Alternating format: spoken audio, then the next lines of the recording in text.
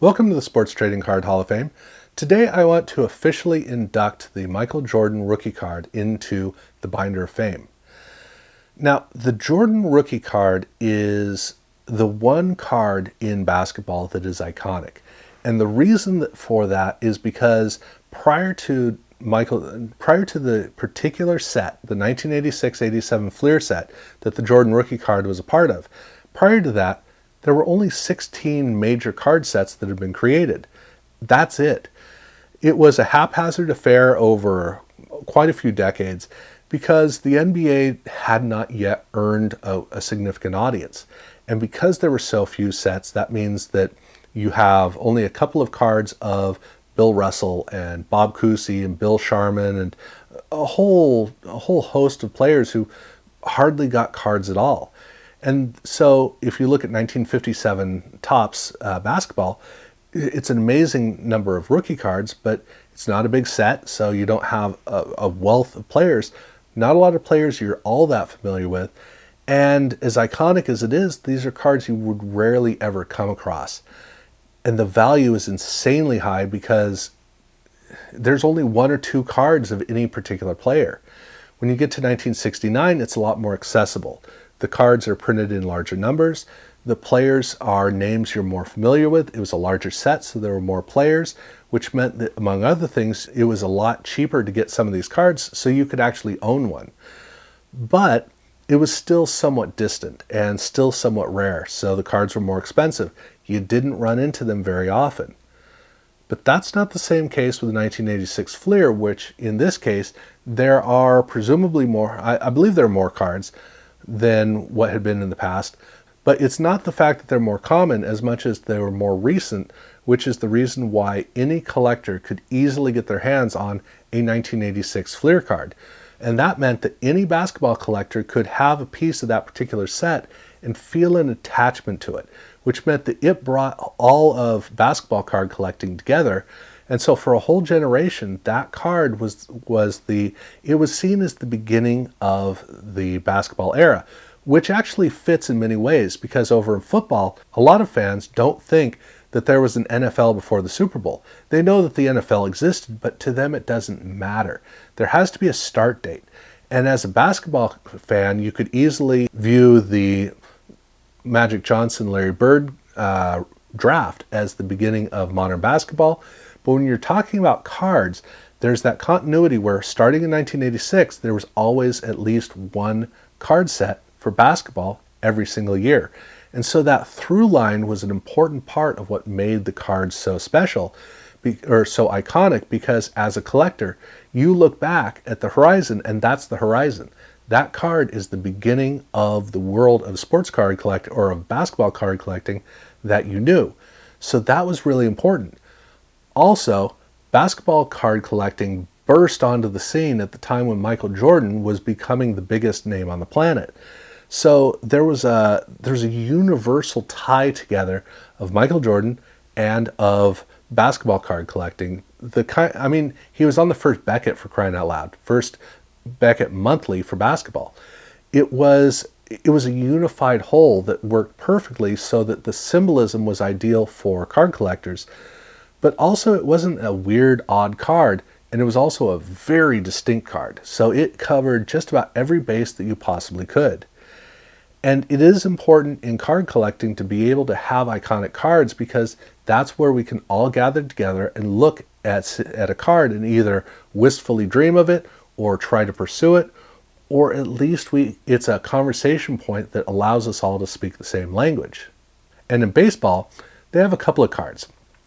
Obviously, the Honus Wagner is the most famous because it's not famous for baseball collectors, it's famous for Americans. And so it's at this particular level. It is a whole nother level.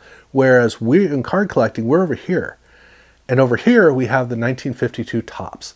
That is the main iconic set for baseball, and the Mickey Mantle is the iconic card of that. So those two cards define baseball card collecting, but they define it at a traditional level. It's the Ken Griffey Jr. rookie card in Upper Deck. in 1989 that ties those together into the modern world. And that's the point where we can look at the Griffey and go, I can have that. We can look at the Mickey Mantle and we say, I would love to have one of those if I could. We look at the HOF Wagner and we say, wouldn't it be great if I could have a part of that? But let me tell you what I know about the card. So we get different levels of conversation that go on in baseball, but baseball is about tradition. Basketball, there was no tradition. I mean, basketball games in the 1970s were kind of a joke. In the 1960s, I mean, it was like nobody even played defense. The numbers were ridiculous. The pool of significant players was pretty low because there wasn't a lot, the paychecks weren't that great. The build-up in sports to get to the point of the pros was not building players into having a tremendous work ethic and skill set. And so you had a couple of stars and then you had a lot of players who were kind of hanging on there. The sport didn't have the three-dimensionality that we would see in the 1980s. I mean, it was so bad that they had a whole nother league, which didn't so much deplete as much as it showed just how easy it was to get basic players for the sport. So as a basketball fan, you really don't look at pre-1980s basketball as being on the same level, which is unfortunate because that means that a player like Bill Russell oftentimes gets talked down from being one of the greatest players of all time because, well, there's this reason or that reason. He was on a super team with way too many special players, so of course he won all the championships. Competition wasn't that great, and on and on and on. Yeah, but he was also the most dominant player in his era. But that's the way that we have this division, is there's kind of this magic line on the sand where we say, well, prior to that, it's something else, and I don't care about it. And so even though we had a rookie card of Magic Johnson and Larry Bird, I mean, it didn't really look like much because it was a weird mess of a card. But it was also separated away because there was a breaking point. And then all of a sudden there was this new emergence of basketball cards at a time when the NBA was emerging. The mid-1980s was right at the height of the Celtics and the Lakers battling it out. This was the new era of the sport and of cards. And so for card collectors, it's easy to look at that time and it just all looks like when basketball finally became important. And so for basketball card collectors, essentially the world that we knew and that we cared about started in 1986. And so the Michael Jordan card was like Adam and Eve. It was like the beginning of everything that came after, which is exactly what we talk about with the Mickey Mantle 1952 Topps. And it's unfair with that because there was another card company making cards which included a Mickey Mantle rookie card from the previous year.